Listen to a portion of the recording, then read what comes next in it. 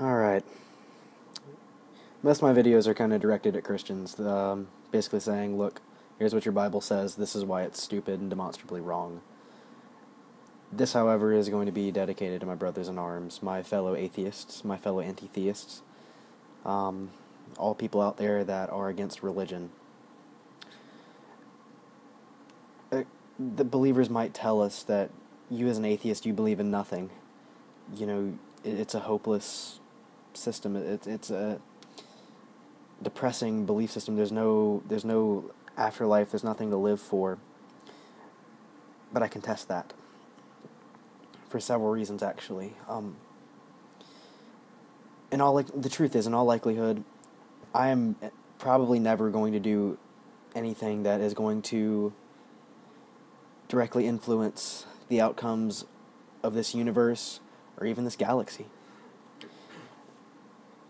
I may never discover a new planet. I may never find a way to get our species off this rock.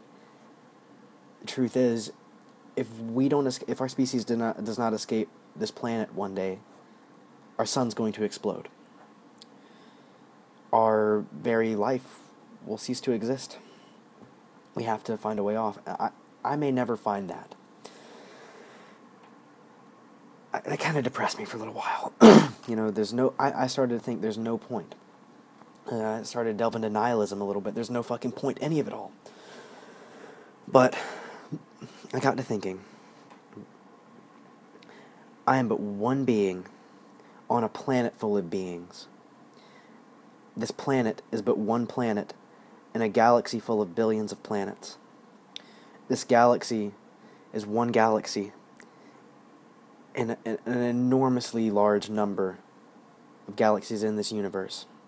This universe is but one universe in an inconceivably large number, an infinite possibility of possible universes.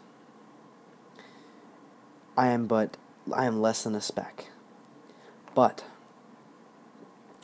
I can be a small ripple in a big pond. My deeds can somehow affect those around me. In my city, I can be a voice for good. I can speak out against religious tyranny. I can speak out against a church that would tell a couple of the same sex that love each other dearly, that say they can't get married. I can fight against that. I live in the Bible Belt.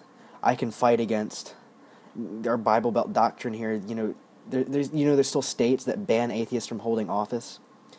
Our country has never had an outspoken atheist, though I might contest that some of them have been atheists or at least deists.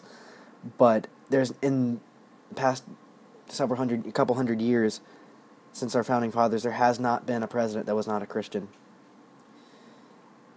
I'm waiting for the day we have an atheist president, because that not only will we have someone who's shirked the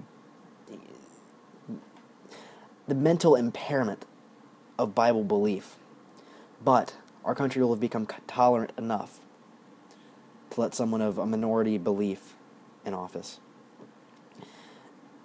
I can be a small ripple in a big pond by being a good person, by doing good to others without expecting a thing in return, without expecting some divine promise of paradise in return.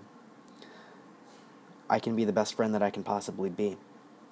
I can be the best boyfriend I can possibly be. I can write. I have a voice.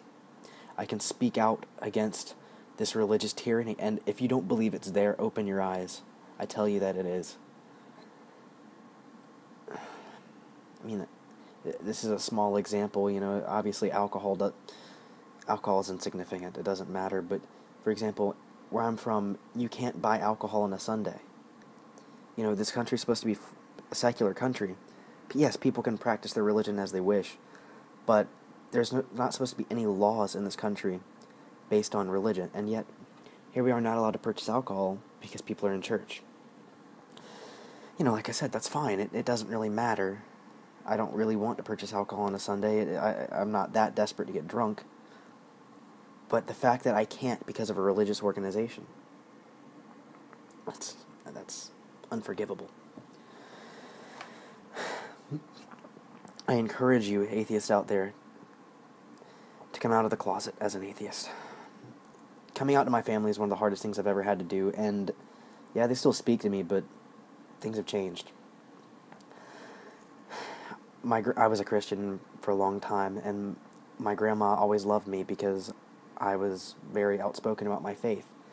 Every year at Thanksgiving, Christmas, whatever gathering we were having, she always asked me to do the blessing.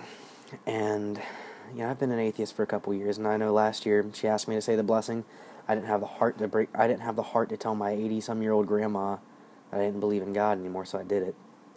This year she asked me. My mom, out of spite, said, "Oh, he can't. He's an atheist now."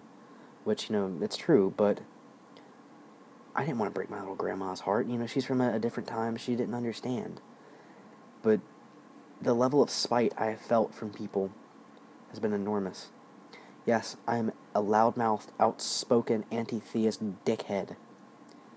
But I'm allowed to have my views.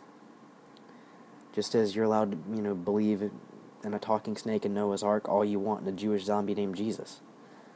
But to treat me differently because I'm an atheist, that's a shame. I encourage you atheists out there to come out of the closet. No longer be afraid. Don't be afraid. Coming out was the hardest thing I had to do, but when I did, I was free. Speak out. Be heard. Fight against this tyranny. You have power. You have a voice. I encourage you to use it.